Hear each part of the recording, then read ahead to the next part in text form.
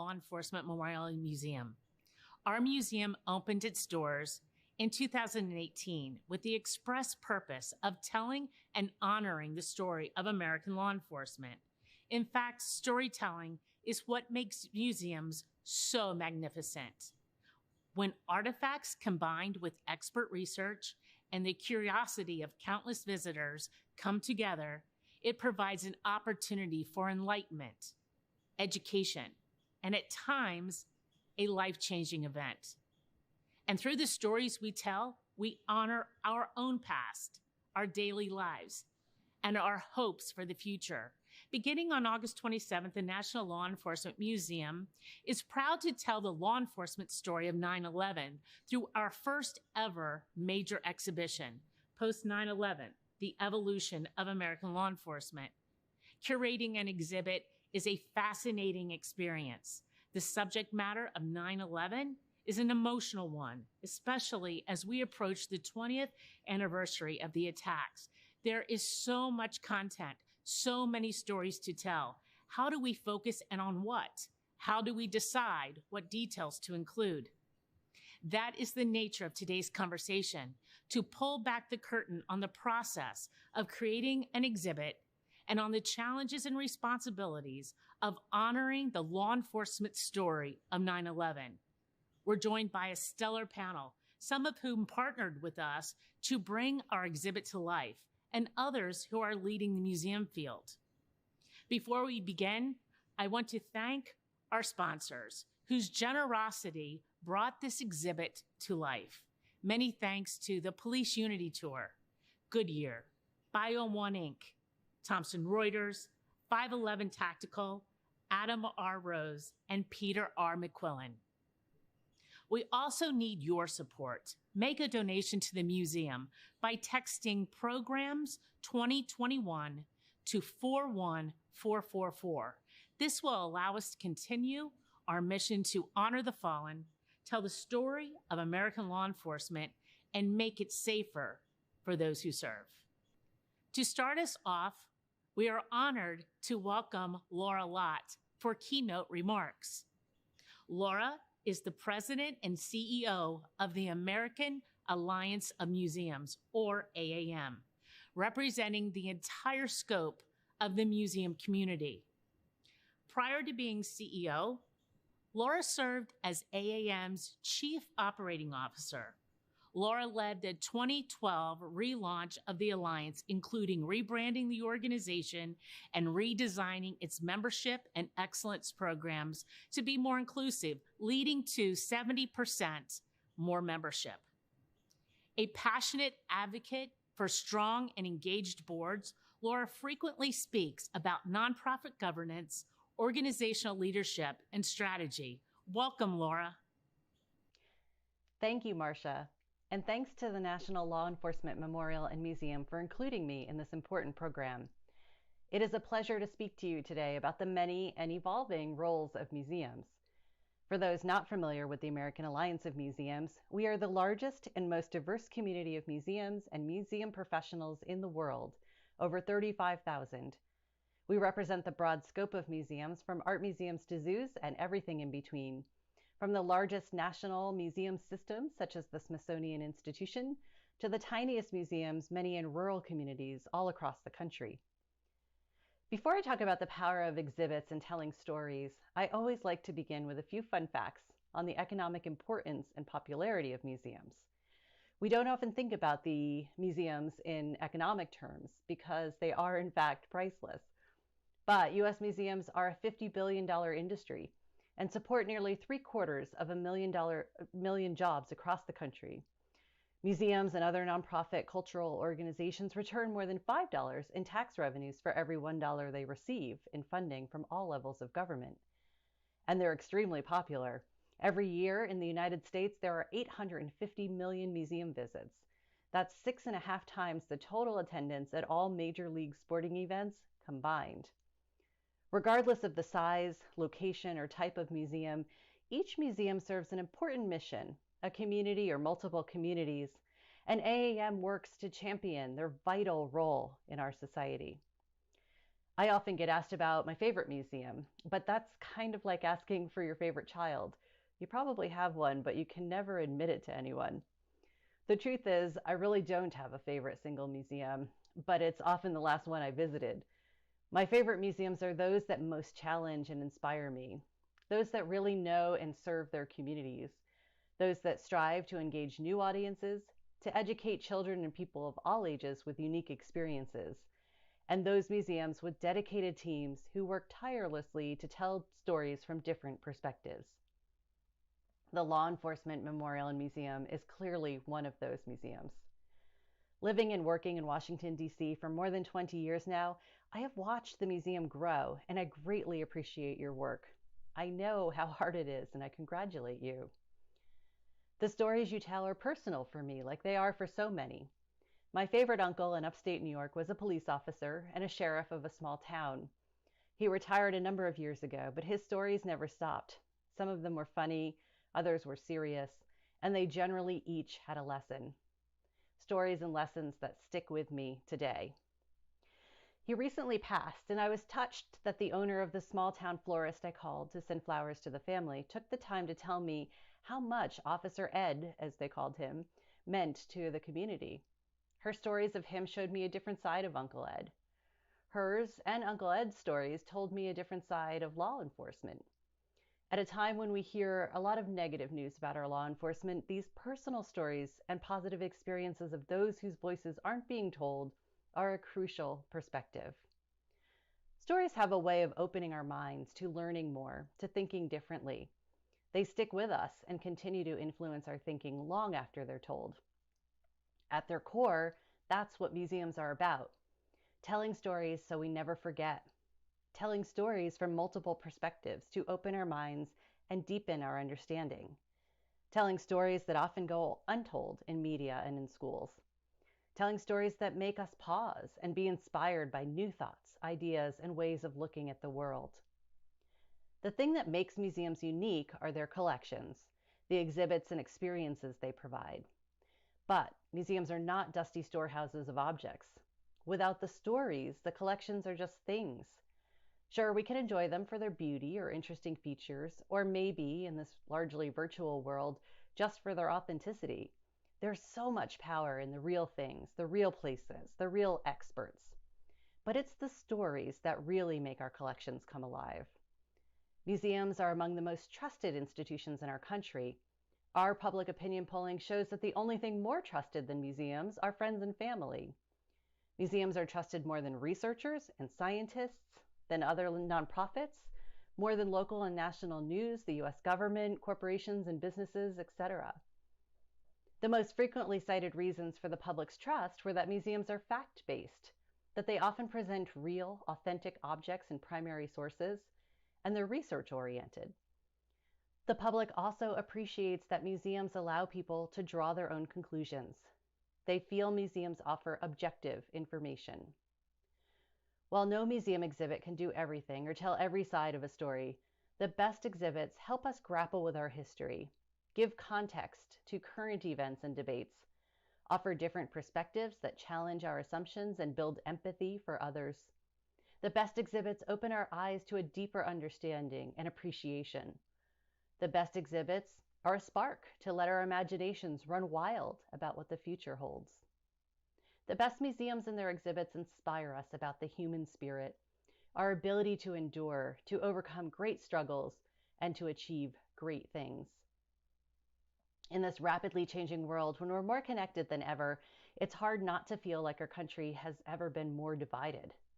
That there's a declining empathy for fellow humans who have different beliefs, experiences, and traditions than our own. Sadly, it's now easier than ever to isolate ourselves and avoid learning different perspectives. Museums have a role in helping us do better as a society. They're essential to addressing many of the world's struggles. I've thought a lot about this in the past year and a half as the global pandemic of COVID-19 and our divisive national politics and racial reckoning have raised new struggles and illuminated old ones. During this time especially, I have really missed our museums.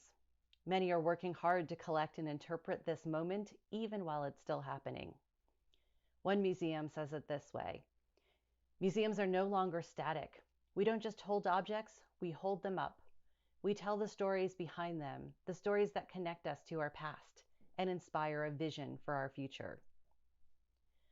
Even more than that, I think museums stand as pillars in our communities and as convening spaces that encourage reflection and conversation, nourishing our minds, our spirits, and our relationships with each other. In this chaotic 24/7 news cycle, when we're encouraged to quickly pick a side on every issue, museums can offer a respite, an opportunity to slow down, to reflect, to process, to imagine. The events of 9/11 are often explained as a failure of imagination. The memories are still painful for those of us who lived through it, still struggling to understand and cope with our feelings. And for my 8-year-old daughter, 9/11 is in the history books. One day, museums will help her understand the significance, the lessons, and the personal struggles and triumphs. On this 20th anniversary of the 9/11 attacks, museums play a critical role in helping us remember, better understand, and build a better future. Museums do change the world. On behalf of the American Alliance of Museums, I salute you, the museum staff and leadership, and all who support our museums. Thank you. Thank you, Laura. And now, our moderator for today's discussion, Thomas Canavan. Thomas is the executive director of the National Law Enforcement Museum. Thomas joined the museum in late 2019 and has since refocused the museum into what it is today, a place to come to honor law enforcement. Thomas leads the museum's operations, which includes education, outreach, and fostering strategic partnerships, all of which focuses on connecting law enforcement with the communities they serve. It is under Thomas's leadership and vision that Post-911, the evolution of law enforcement, was created. Thank you very much, Marcia. Good afternoon, everyone. We're here to tell you about the National Law Enforcement Museum's first major exhibition, and it's one that focuses on a pivotal event in our nation's history and its ongoing impact on the law enforcement community. Our exhibition, Post-911, the Evolution of American Law Enforcement, provides us the opportunity to reflect on the story of 9/11, the heroes who lost their lives, and the process of creating the exhibition itself. For all the museum leaders out there, you'll agree that this is a decisive moment for our institution. For this reason, and to introduce to all of you the people behind the curtain, we've brought together some colleagues from the museum field, including some of the team who helped bring to life this exhibition. Together, we'll discuss the impact of 9/11 and the creation of this 20th anniversary exhibition, as well as answer questions around why our exhibition and others dedicated to American storytelling are told in the way they are. So let me now introduce today's panelists. With us, we have David Schanzer, Director of the Triangle Center of Terrorism and Homeland Security for Duke University, Michael Burns, Chief of Experience Strategies for Quatrefoil Associates, Josh Feinberg, Museum Content Developer for JAF Consulting, Amy Weinstein, Senior Curator of Oral History and Vice President of Collections at the National September 11th Memorial and Museum, and Cedric Ye, Curator of the National September 11th Collection at the Smithsonian Institution's National Museum of American History. Thank you all again for being here today. Let's start by laying some groundwork. Creating a new exhibition starts somewhere. Josh, would you bring us into your process, and was there anything different when it came to creating Post-911? Sure. Well, first of all, thank you, Thomas, for inviting me to be part of this panel. It was a great privilege to work on this exhibition with you. I think any exhibition, to a large degree, the process is similar to producing any kind of media. Whether it's a book or it's a film. Often it starts with an idea and an audience, right? So we know who the audience is, the museum audience, and then the idea is what we're trying to get across.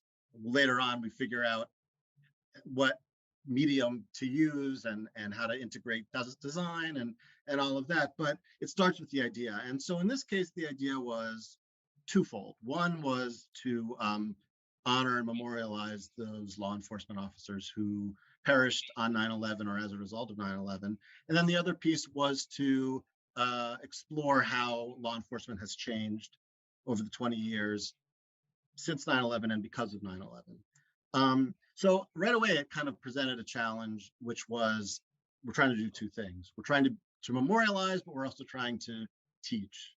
And so that was, one challenge, or at least one unique aspect of this project, where we had to try to figure out how we can do both without them interfering with each other, and how they can sort of help each other. Another challenge was it's not really an exhibit about 9/11. It's an exhibit about law enforcement. In fact, it's called Post-9/11. So the question was, how do we deal with 9/11 in a way that feels like we're doing it justice, but yet then be able to pivot and really talk about other issues? 9/11 is almost like a kind of a content black hole. It just sucks everything else into it because it's so pivotal. And so the question was, how do we keep 9/11 in the story without it overtaking the story? Thank you. Cedric, in your experience when you're creating exhibitions at the Smithsonian, what are a few key questions that you have in mind? My apologies. Not unlike how Josh just described, we do look at the audience, what the narrative might be, what the collections might be. We try to keep in mind the broad narrative, the broad mandate that we're the nation's history museum, and what kind of stories we'll be telling. Do we tell one that's generic, or focus in on specific details? In the case of 9/11, one of the questions might be, for this upcoming 20th anniversary, do we continue to commemorate, to explain, to talk about the events, or do we switch to a more detailed look at perhaps some of the lesser known aspects of the attacks and the repercussions? Perhaps if we were looking at some stage early on or throughout the exhibit experience, the building process, we'd also probably want to involve internal and external advisors, partners, community groups, scholars, to ensure that we have or are aware of point of views, different point of views, different inputs. In the end, choose which path that we're going to go down. Excellent. Good. Yeah, it certainly takes a village, and that's something that we've learned throughout this process, is that we've been able to bring a lot of really great people to the table in order to produce this. And Cedric and also Amy, we're going to ask a little bit later in the program a little bit more about what your institutions are doing specifically for the 20th anniversary. So hold those thoughts. Hey, Michael, over the years, as museum audiences grow, age, evolve, I wanted to ask you, what you thought of that, museum audiences are looking for these days, specifically within exhibitions. Yeah, so, well, the first thing that's really important is that they can't do this at home, right? Like there's a reason for them to come to the museum. I think, though, that one of the things that has changed over the years is the expectation of participation.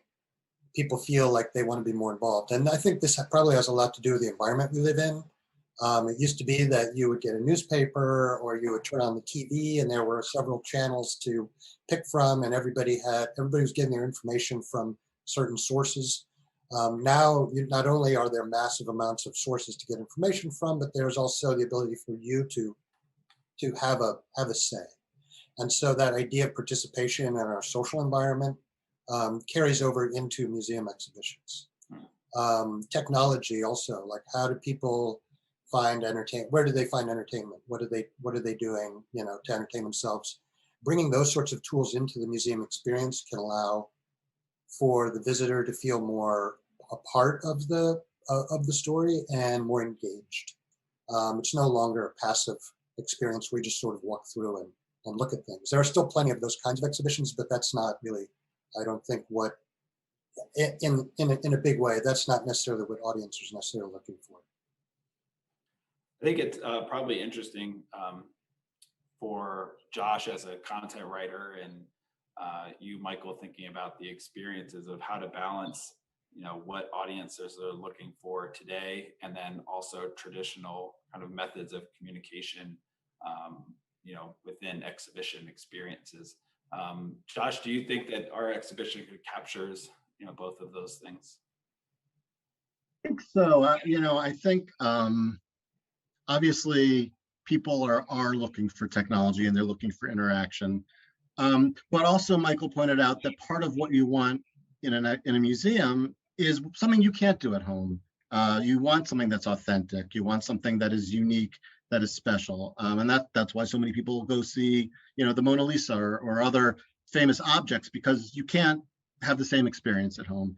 And I think in this exhibition we tried to incorporate artifacts and objects as well as media and technology. And I think especially around 9/11, it was important that we had some material objects from the event itself, because it really connects you in a personal way, in a way that media connect you in a different way. But to be able to stand in the presence of a beam from the World Trade Center, or a jacket that was worn by a police officer at Ground Zero, connects you in a different way that you can't replicate anywhere else. Mm-hmm.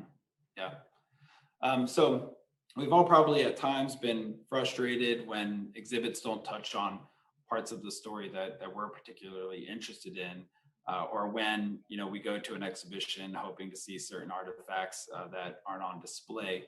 And our museum, for example, has a collection of more than 20,000 objects, and only about 800 or so are on display at any one time.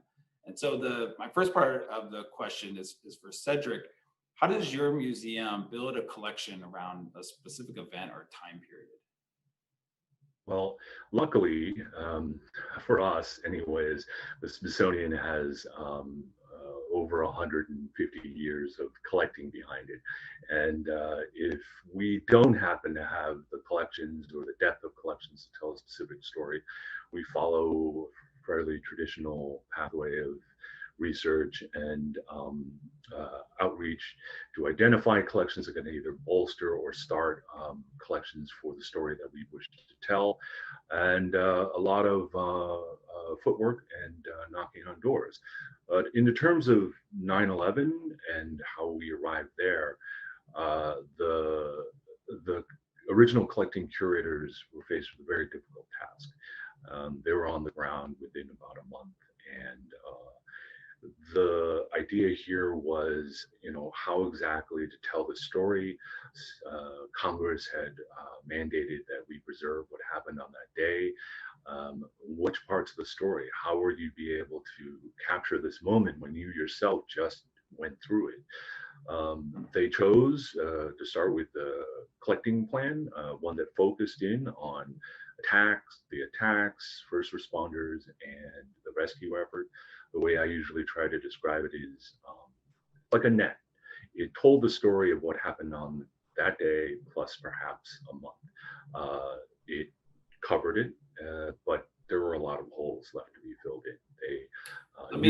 Cedric, let me back up real quick. Who creates the collection plan? Where does that happen in the process? In this case, it was a select group of curators who were known for their ability with collecting and identifying objects that told the appropriate stories, and they decided that how they would address this problem, how they would try and tell a story and preserve what happened, at least as best they could, without being overwhelmed, without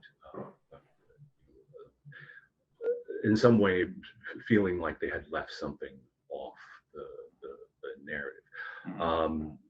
But then the process basically ended with everything from keeping an eye on media closely, everything from newspapers, nightly newscasts, identifying stories while they were on the ground, going after the potential collections, but given the sensitivity of time, being aware of pain and the trauma that was going on, that more often than not used intermediaries, people that were trusted by potential donors, so that it wouldn't come across as not being respectful. But these are just some of the ways. It is specifically for how we gather together our 9/11 collections. And the Smithsonian does this for major events. Typically, it happens. I mean, in the interim, we send curators, say, for instance, to natural disasters. There was Katrina, some of the mass shootings, and just recently, January 6th, we had curators on the ground at the Capitol. So, it depends. I can't speak to those. Some of those this isn't how we normally do the collecting, but sometimes we recognize that this is what is expected of us. As I mentioned, being the Ancient History Museum, that you might have to step outside the box and think how best to capture the moment and preserve what happened. That's fascinating. I think that's something that not many people know, that museums are engaged that quickly following an event. So thank you for that. And Amy, I'm sure you all face the same challenge, being limited with space. And how do you all go about deciding, what parts of your collections are shared with the public? Thank you, Thomas. And can I just go back and comment on something that Cedric said, and also Absolutely. answer your question, if that's okay? Sure. I was part of the primary collecting around 9/11 back in 2001 and 2002. The 9/11 Museum, of course, didn't exist. We didn't come into being for several years, but there were history curators, public historians, oral historians at museums throughout New York and at the Smithsonian and in Pennsylvania near Shanksville, who saw a need. And I'm so impressed that Cedric and the Smithsonian had a collecting plan. I can't say that we had a collecting plan, but we did have the catch net. We did have that fishing net, and we did the best that we could to anticipate what might history expect of museums down the road. I was part of a consortium of museums. We tried to help each other out. This was totally new territory for all of us. We would see each other at the Fresh Kills landfill, at Ground Zero, at St. Paul's Chapel, and we also helped out other smaller institutions who did not have curators that they could send. So we kept our eyes and ears open. So so the organization that I worked with then, the New York Historical Society, as well as the New York State Museum, the New Jersey State Museum, and some other institutions, had collections that could be made accessible and available to the new museum. But we continued at the 9/11 Museum, we continued to collect objects and oral histories. And the passage of time, even the 5 years that passed before I joined the museum, I think made it possible for us to do things such as more comfortably approach 9/11 family members. That was something, and I think Cedric would agree with this, that we told ourselves, we made a rule that it was not something we were going to do. We were not going to intrude on 9/11 family members' grief. I feel like with the passage of 5 years and the creation of a dedicated institution, we put our toe in that water and are still doing that. So because of that, because the collecting has been happening for 20 years, you are absolutely right. Only a small percentage of our collections is on view at any one time. But we try to, in the memorial exhibition, in memoriam, for instance, change that exhibition once every year. The pandemic wreaked a little havoc with that schedule. Hopefully we'll get back to it and look at who died, either from a geographic perspective, thematic, hobbies, sports. We try to be as inclusive as we can, include the demographics of the victim population and the sites in doing that. And then, of course, we borrow from other museums. You've borrowed from us for this exhibition, but we borrow from the Smithsonian, the 9/11 Museum, and from survivors and family members. So we have some measure of rotation of objects, but there is so much more. You'd have to go to our website and check out our collections features there. Excellent, thank you. I'm going to bring in our guest curator for Post 9/11, David Schanzer. David, with our upcoming exhibition, we're 20 years after the attacks of 9/11, and I just wanted to ask, how have you seen perceptions of the attacks change over the course of the last 2 decades? Well, thank you, Thomas. It was a real honor to be part of this whole project. I think I'm the only one on this call who's never been involved with creating an exhibit, so it was an education for me. It's interesting. I think, first of all, I teach at a university, and when I first started teaching in 2005, all of my students had, personally experienced 9/11. And now here we sit coming into the fall of 2021, and the students either hadn't been born or were in diapers at that time.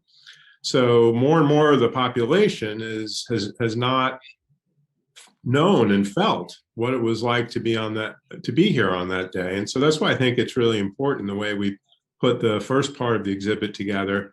It's a small area, smallish area compared to the entirety of the space, but it's enough to kind of either bring people back to that moment or to have them feel what all of us who were there, who did experience it, were feeling on that day. Because I think you can't really understand the post 9/11 period unless you understand the trauma and the fear that the event created. And I do think sometimes when we're looking back on it, we forget, why weren't we more rational? How could we have done X, Y, or Z? Well, it was because the event was so unique and so traumatic, and people were afraid. I remember being afraid myself, being a resident of Washington, D.C., and having experienced the anthrax attack on the Capitol a month after 9/11, to have heard choppers and military aircraft patrolling the city on the night before, and worrying about all kinds of things that you didn't have to worry about. We have a representative of the Smithsonian. I had 3 children who were going to daycare at the Smithsonian at the time. And after 9/11, we had to start at each museum where I dropped them off at daycare, having to have our car checked in the trunk and people looking in mirrors underneath. So I think, since it's so hard to recapture that, I think that, our perceptions are evolving and changing. And I think that's great that the exhibit tries to bring us back there and then talks about the changes that were made. Yeah, and that leads me into our next question.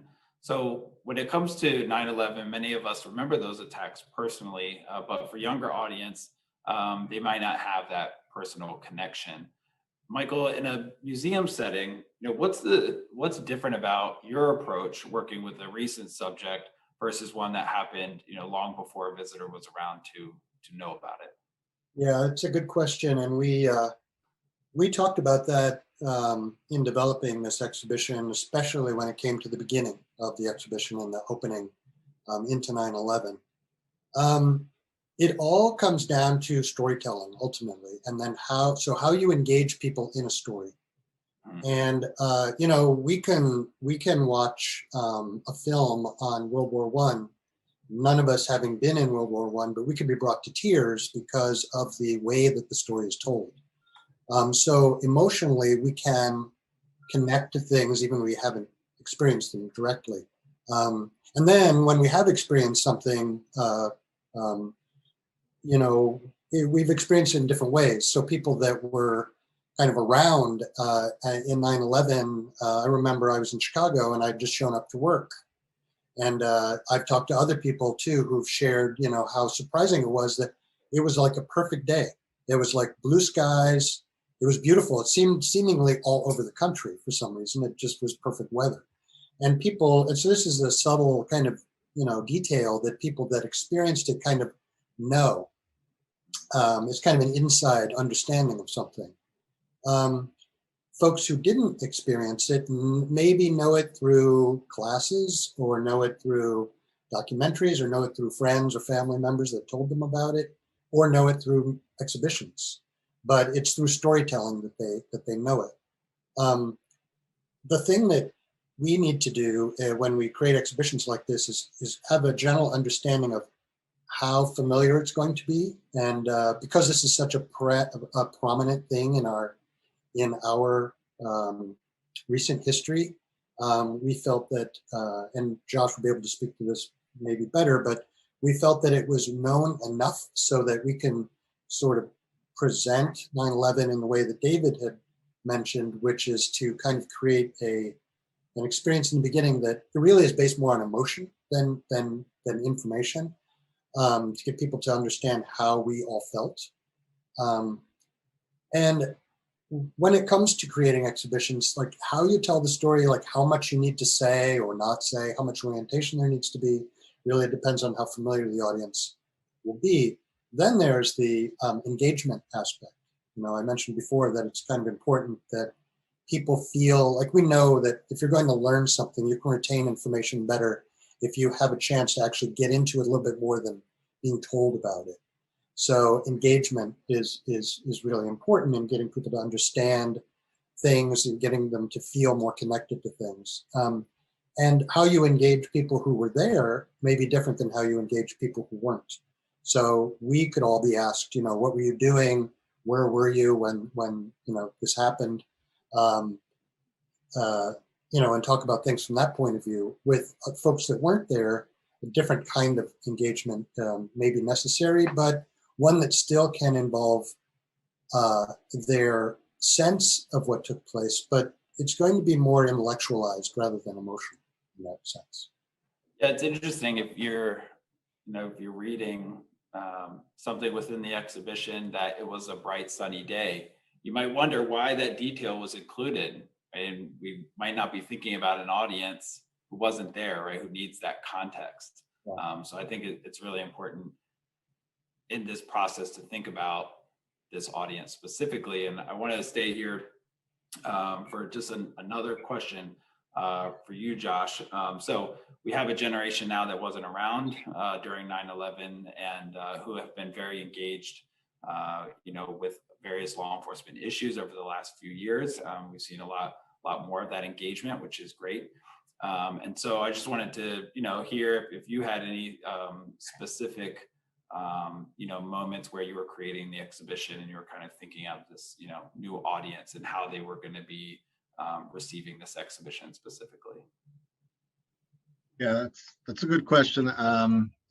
It's, you know, obviously issues around law enforcement are in the public debate, and there's a lot of discussion about law enforcement these days. And while we weren't addressing those issues directly in the exhibition, there are certain resonances to certain places where it connects with contemporary issues. And without wading into the debate, we really just wanted to, wherever possible, kind of provide some context and provide some, it's not ancient history, but as you point out, for young people, it is history.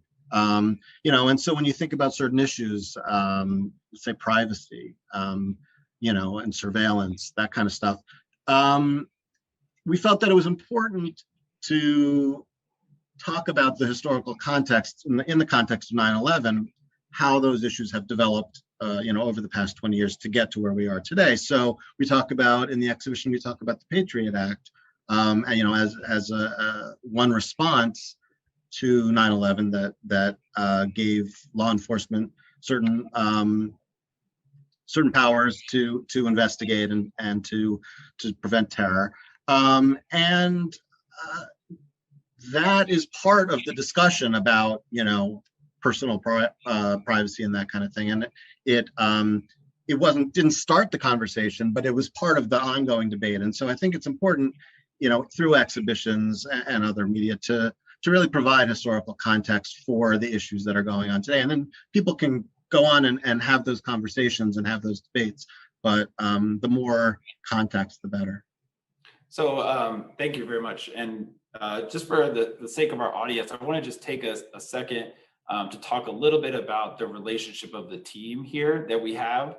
Amy and Cedric are our guests from the museum field, but Michael, David, and Josh have been working, I think, since last December, probably last November, maybe, when we kicked off the planning for the exhibition. So Josh, I would just stick with you. Could you talk a little bit about your role as the content developer and how you and David and Michael work together throughout this process? Sure. My role is kind of to be, in a lot of ways, a stand-in for visitors, because I don't know anything. I'm not an expert. Okay, I know some things, but I'm not the content expert.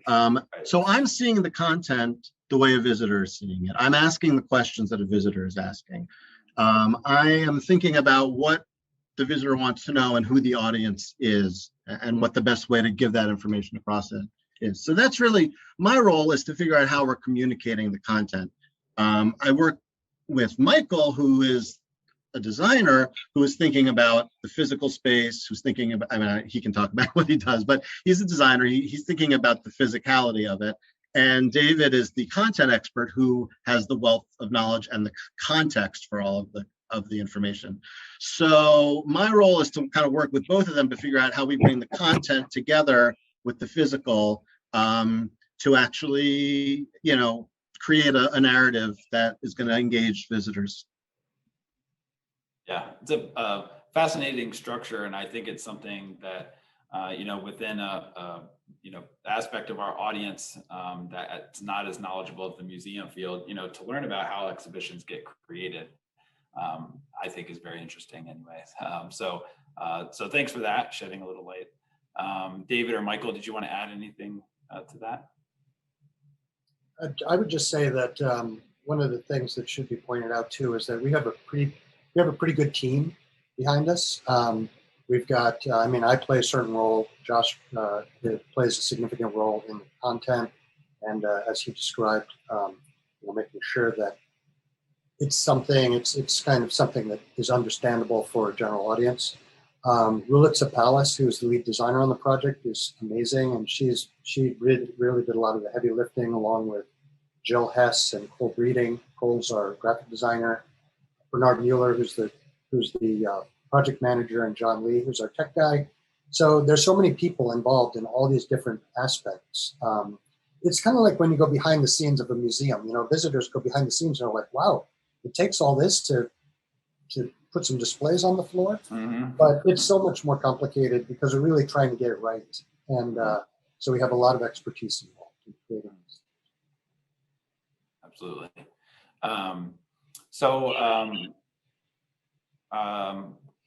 Talking about subject matter and 9/11, Amy, you and your institution have obviously an extremely unique perspective when it comes to telling the story of 9/11. What are some roadblocks or surprises that you've seen along the way in talking about 9/11? Are there aspects of the story that are still too challenging to discuss, specifically within a museum setting? I think I'd like to go back to what was challenging on September 11th and September 12th, 2001, because I think that remains challenging for us, for the world. I shouldn't say for us, or maybe for the United States. The newspaper editors, the night of the 11th and overnight, faced the horrible choice, a decision, what to do about photographs that were taken of the people who either fell, stepped off the ledge, had that choiceless choice to make. Some people thought it was too important not to document in their newspapers. Others thought it was a horrible thing that should never have been published. So along the way, in the 20 years since then, I've had the amazing ability to talk to so many responders, so many witnesses on the street, and so many family members. There are responders in law enforcement and other witnesses who said they felt an obligation to watch those last moments. There are others who said they felt an obligation to close their eyes or turn their back. There were cops who said to me that they were sending thought waves to the people up there. Wait, we'll get there. You know, that they did everything in their power, but they couldn't do what they were trained to do. So I would say it was a struggle for us in the museum to think about how to present that topic. And I think it remains difficult today to think about it, but I was surprised how different family members felt differently. Some felt it happened, it's historic, you must show it, and others thought, no, we shouldn't. So we made decisions to be very careful about how we did it. But as an oral historian, I've heard so many people talk about what it felt like to be there, to be a witness to that circumstance, that happening. So I think that's the one of the most challenging topics we've faced. Absolutely, very an emotional challenge, definitely. David, what about within the academic fields? Are there topics within 9/11 that people are thinking about now that might have been different than in the past? Well, I can't really speak for all academics. Your question, which you posed earlier, has just made me think about what are the stories about 9/11 or the issues that are least explored or least understood 20 years later. And came up with a couple of thoughts, and having Amy here has also made me think of another thing. But there were 7.5 years in between the first bombing of the World Trade Center and 9/11. And the problem is that a lot of the things that were revealed, the safety defects, the lack of operability of the radios for first responders, I think we lost 7.5 years and didn't do enough to deal with the security and the response capabilities in that building and among the fire department and the NYPD and so on. So there were some serious failures there, and I don't think we've really explored that maybe as deeply as we might have. Another thought is that comes to mind, having worked on this exhibit and listened to some of your advisory committee from the law enforcement community, and really who kept bringing us back over and over again to the people who have died since 9/11, not at 9/11, but because of the exposure to the toxic materials. And quite frankly, when you look back on it, and I think about the days afterwards, those people should not have been there. And there was a real effort to try to create this sense of normalcy I think a lot of people, a lot of officials failed to protect people from the toxicity that was in that site. And frankly, of course, trying to save victims is a top priority, but I'm not aware of any victims that were identified more than, within hours of the attack. Amy can correct me if I'm wrong. So that said, the project of clearing the rubble and finding remains could have waited until we tested and cleared the site and until it became safe and we had protective equipment for people. And I don't think that's a story that's really been told at all. And we've lost more police officers, I believe, from the exposures than we did on 9/11 itself. And the final thing that comes to mind, if you haven't visited the 9/11 Memorial Museum, it's really, you have to go there to experience it. That's one place you cannot experience just by looking at the catalog online. And I think the fact that museums that are where something happened are really the most powerful. And I think one of the biggest stories about 9/11 is what didn't happen. And it's represented by that giant wall that is part of the museum that's essentially keeping the Hudson River out of lower Manhattan. And it's a brooding presence throughout your entire trip to the museum. And, I'd just like to know personally more about how much stress was on it and how close we came to a much graver disaster than even 9/11. And that wall and the fact that it's part of the museum is a testament to whomever built it was pretty darn smart. I just think that's a really interesting story. Can I try to answer some of the Yeah, questions please. a little bit, if that's okay? So thank you. There are two important walls in the museum. The slurry wall is the one you're speaking of. And on the morning of 9/11, there were people who immediately began to worry, be concerned about that wall, about the possibility of a breach. Among those who were worried were people who built that wall.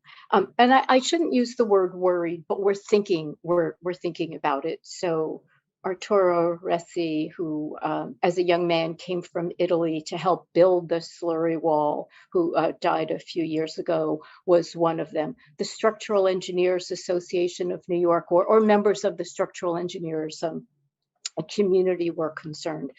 But Daniel Libeskind, who won the competition for the master plan to redesign the whole site, when he went to Ground Zero several years later and saw that wall still standing, that struck him as a powerful symbol of resilience. Part of me wants to say resistance also, because it's resisting the flood of the water, and it's resisting manipulation of the story also. But let me not go down that direction. But the wall, and who else was so concerned about the wall? The construction workers on the site, the operating engineers, the laborers.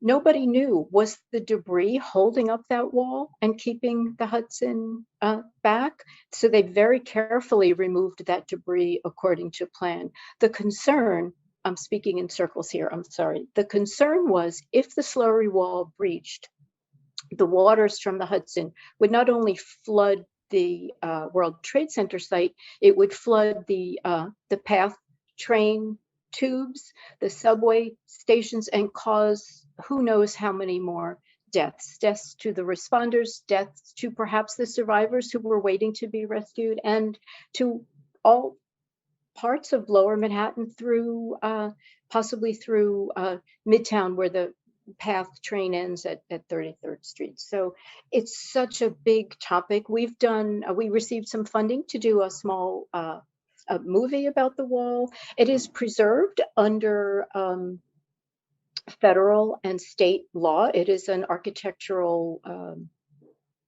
relic, I guess, with with preservation, and it's part of our collection. So I'm so glad you brought it up. I could talk forever. I could tell you how they built it, but you don't want me to do that.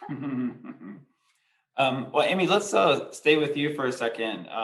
Could you tell us a little bit about what you all are doing this year, different from the 10th anniversary?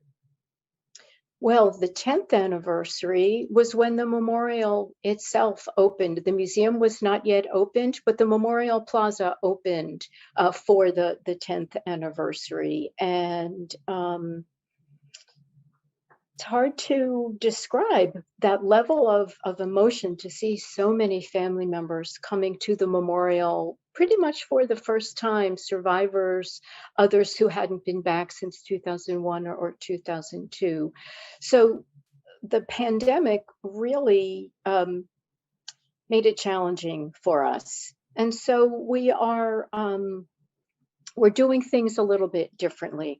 One thing we're doing is we're asking buildings throughout the city, and maybe it's also true in the Washington area or elsewhere in the country, if they've got the lights on the exterior, the way the Empire State Building and One World Trade have, to shine blue light on the night of the 11th. That is to complement the Tribute in Light, which was one of the first memorials that was shown in March, shined in March or February, whichever, March 2002, to remember those who were killed, to remind us that 6 months had passed. We are all thinking, some of it you don't see. So what you won't see is how deeply the staff is thinking about the issue of the dust and the toxic nature of the dust, and the thousands of law enforcement and firefighters, but also students and residents who have died of the toxic effects. That topic will have to wait for a few years before we can address it. So we are just so happy that the restrictions have been lifted in New York, that by the time when we open to family members only on September 11th, they'll be able to experience the museum fully and properly without the COVID-19 restrictions. We're also very happy to be working with museums like you, the National Quilt Museum in Paducah, Kentucky, people who've asked to borrow, museums that have asked to borrow objects so we can get the collection out that way. And some TV and magazine coverage. So I think that this year will be a bit of a hybrid, the way we're all living in hybrid times, half virtual, half in person. So we'll be sharing the story in many different ways. I think that's wonderful to have the opportunity to focus on those families on September 11th. So I'm sure that'll be a wonderful moment for them. Cedric, what about the Smithsonian and the American History Museum? What are you all doing this year? Well, so I'd mentioned earlier that we'd had a fairly effective initial collecting process, and in the anniversaries since then, we focused mostly on the commemoration timeline approach. We did take slightly different views towards the collection and how we presented it to the public, both for a second anniversary show and then the 10th anniversary show.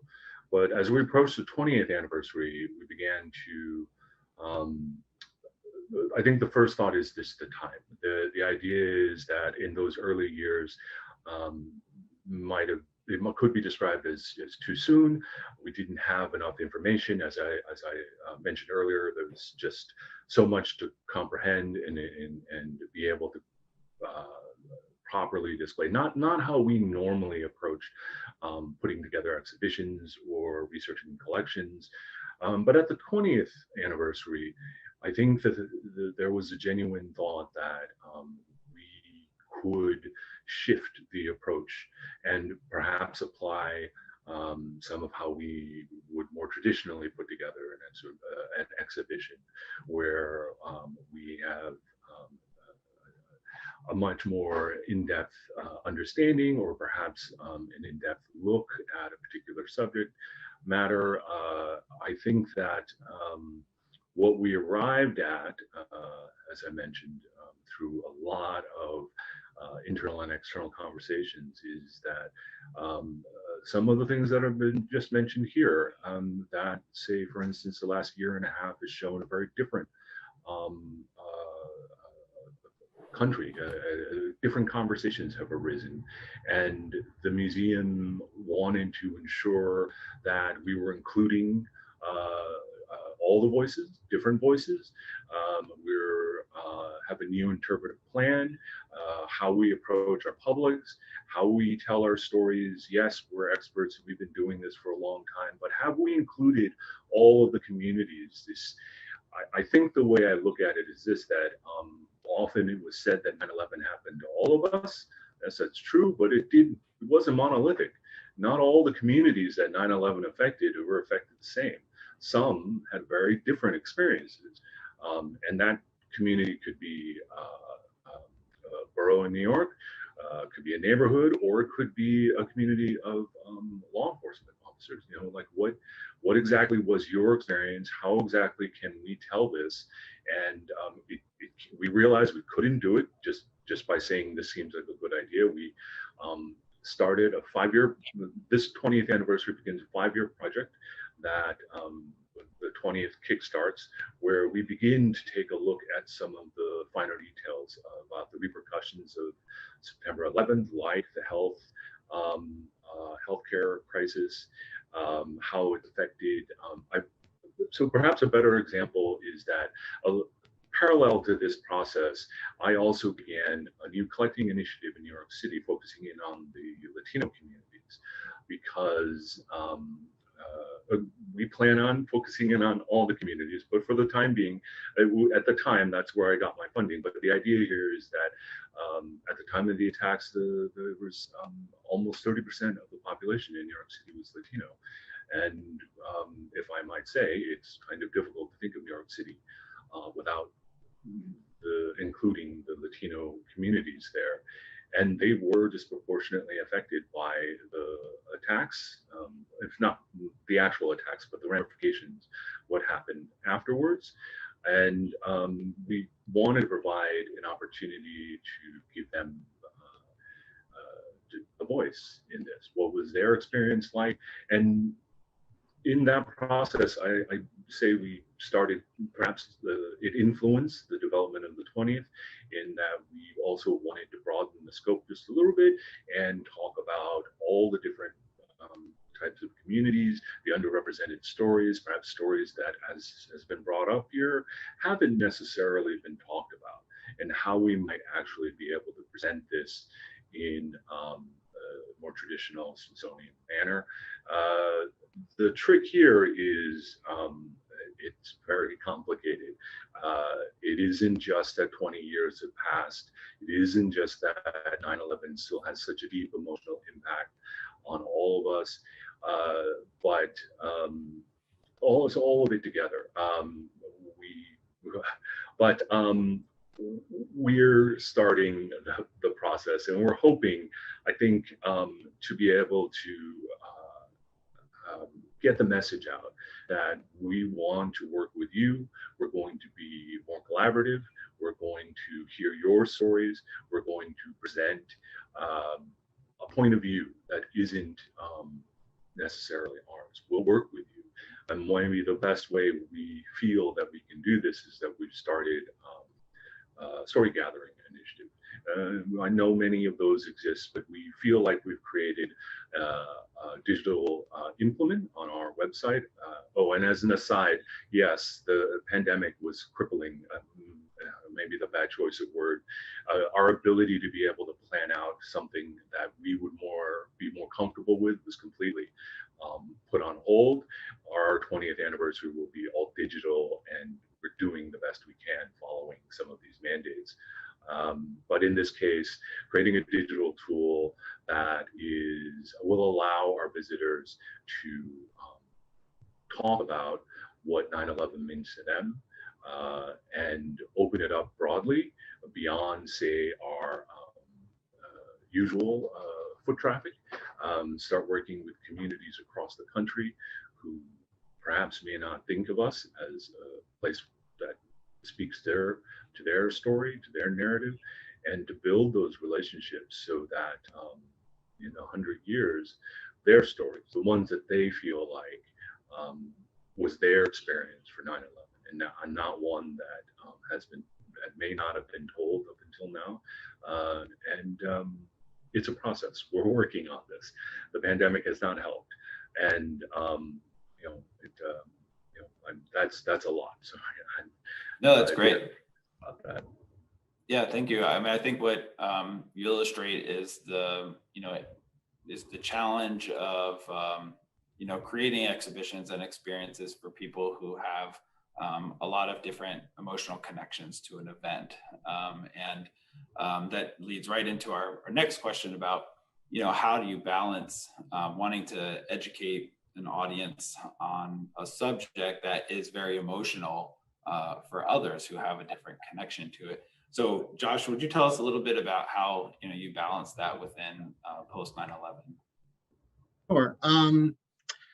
I think a lot of it comes back to what I was talking about at the beginning about kind of having a clear goal for what the exhibition really is, and we really wanted to educate about law enforcement post 9/11, and we really wanted to remember the officers who've died as a result of 9/11.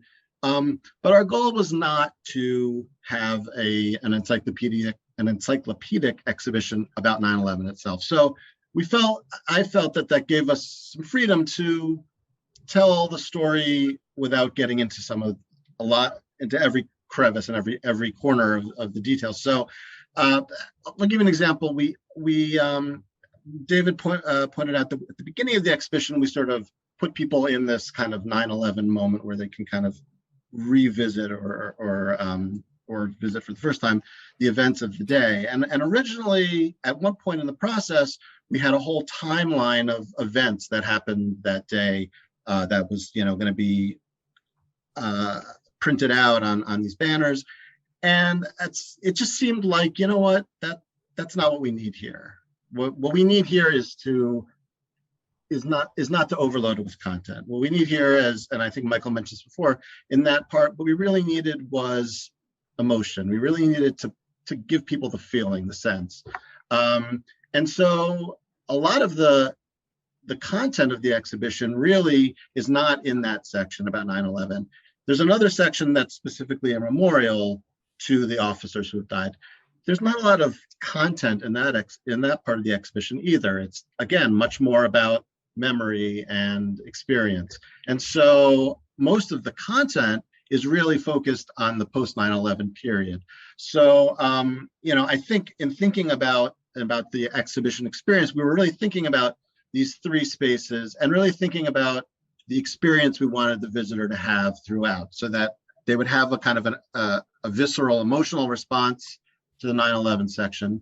They'd have a chance to dig in deep and have a more intellectual experience in the post 9/11 section, and then they'd have a time for reflection in the memorial section. And so it was kind of partly about figuring out what we wanted the experience to be, and then how do we modulate that throughout the exhibition. Yeah, excellent. Definitely a challenge, and you all did an excellent job, and I'm excited to open the doors on August 27th for everybody to come and see our work. So this has been a great conversation, and time has just flown by, as it always does. And so but I wanted to leave a little bit of time for us just to get some final thoughts as we close. And if you have any thoughts around what you hope our audience who comes to the museum and experiences the exhibition, what they might take away with themselves. Amy, we'll start with you. Okay, so thank you.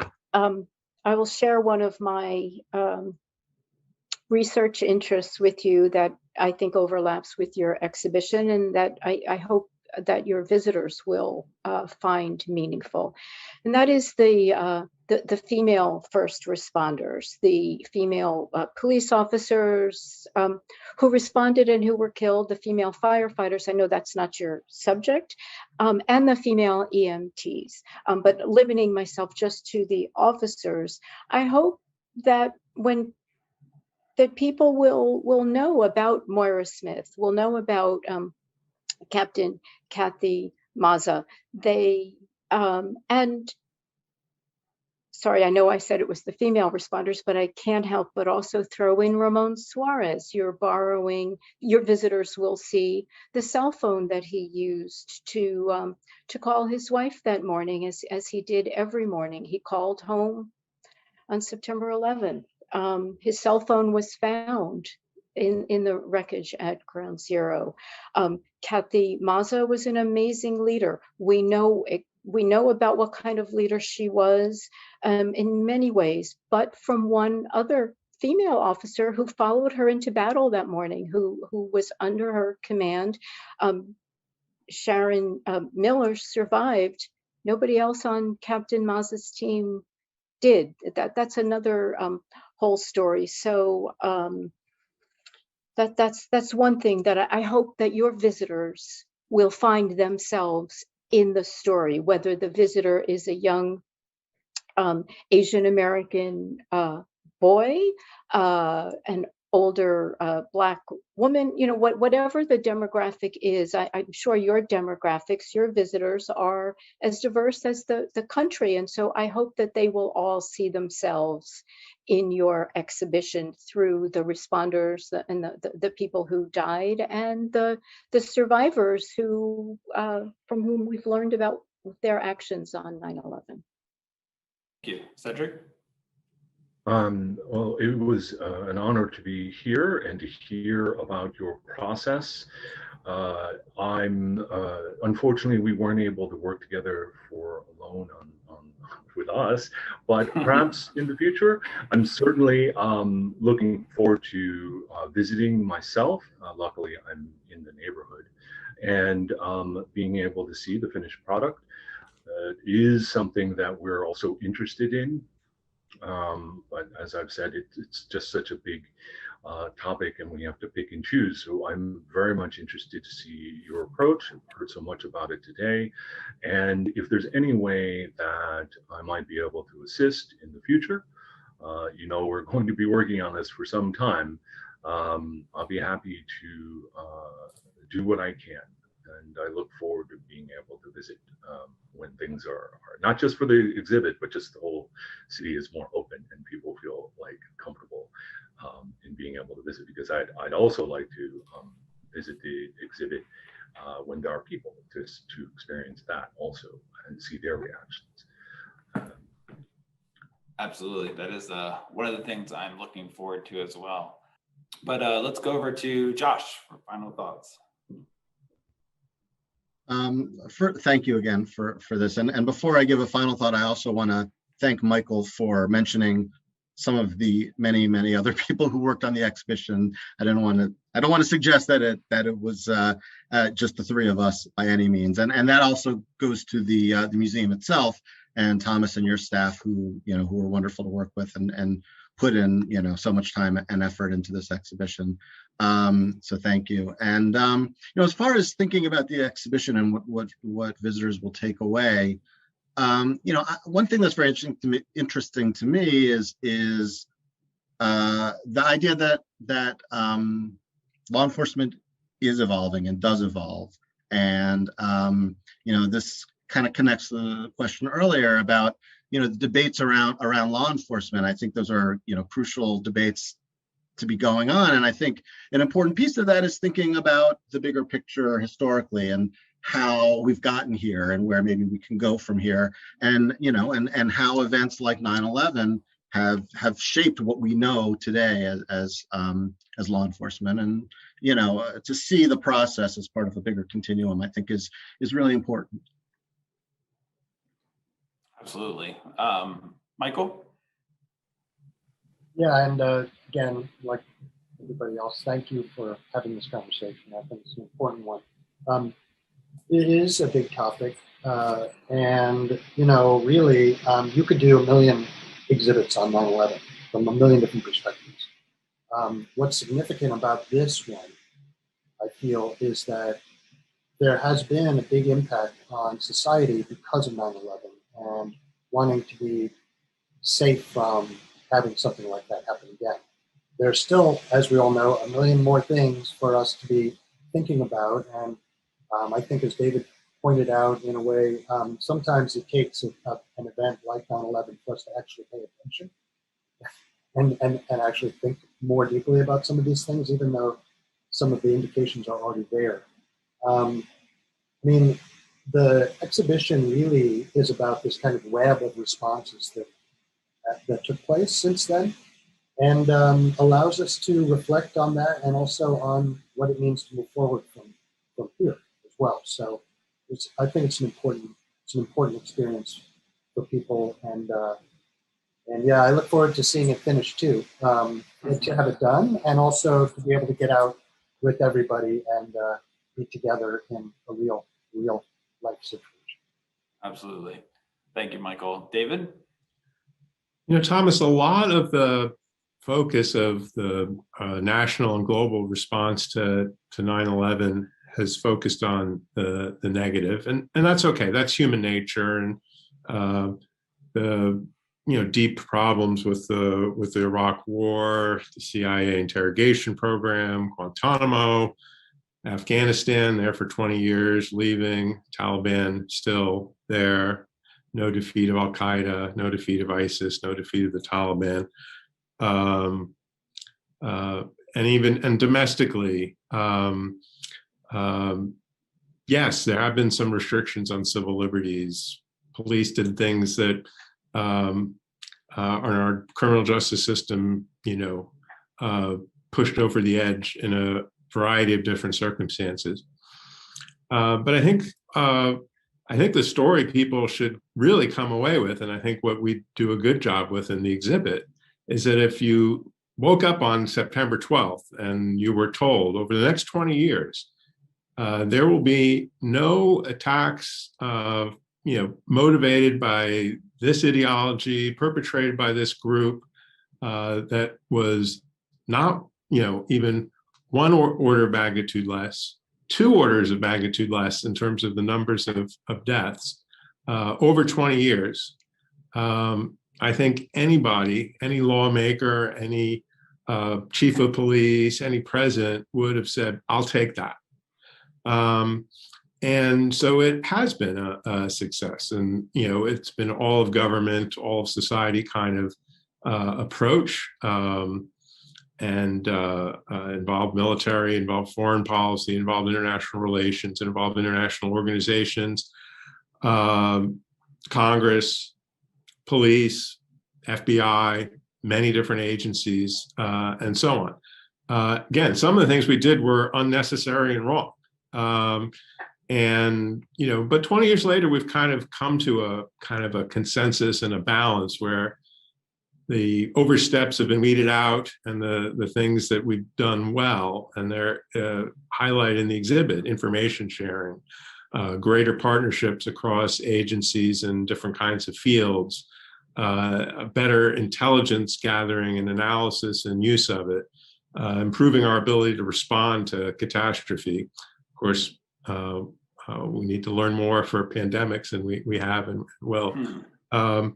But those things have turned out to be effective, and people have been able to live, for the most part, free of fear. Yeah, some bad attacks occurred, and indeed we highlight one of them in the exhibit, the Boston Marathon. But those were few and far between, and usually perpetrated by 1 or 2 individuals, and very, very difficult to prevent. So by and large, I think this should be seen as not a celebration, but an acknowledgement of a pretty successful effort, of which law enforcement was important, not sole, but certainly an important part of. And I think that does honor to the people who sacrificed, that we memorialize, that was the beginning, and we've been able to build on that and actually do quite well encountering this horrible attack. I agree, absolutely. And I'll close by echoing a key point that was made today, and it's that exhibitions and museums are essential to storytelling, and specifically for us at our institution for telling the story of American law enforcement. And we believe the more that we understand about the experience, the dedication, and sacrifice of officers around the nation and throughout history, the more we can contribute to their safety and improve the safety of those they serve here in our communities. So thank you all again for being with us. This was a wonderful conversation. And I'll turn it back over now to our CEO, Marcia Ferranto, for her closing thoughts. Thank you to all our esteemed panelists, and thank you, Thomas, for moderating our conversation. Once again, I also want to thank each one of you for joining us today. Thank you once again to our sponsors. Our programs are made possible by our corporate partnerships and by individuals across the country like you. We need your support. Please go to lawenforcementmuseum.org, where you can make your donation right online, or you can text Programs 2021 to 41444. Both work, and it is super easy. Post-911, the evolution of American law enforcement, opens to the public on Friday, August 27th, when our museum makes its grand reopening. It promises to be a big weekend with programs, giveaways, and many surprises.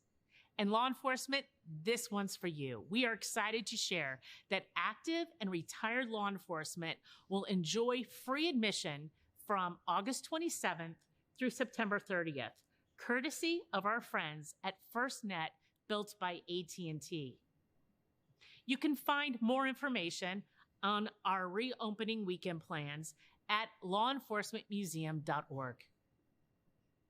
Thank you again for joining us today, and we look forward to your visit and welcoming you back to the National Law Enforcement Museum.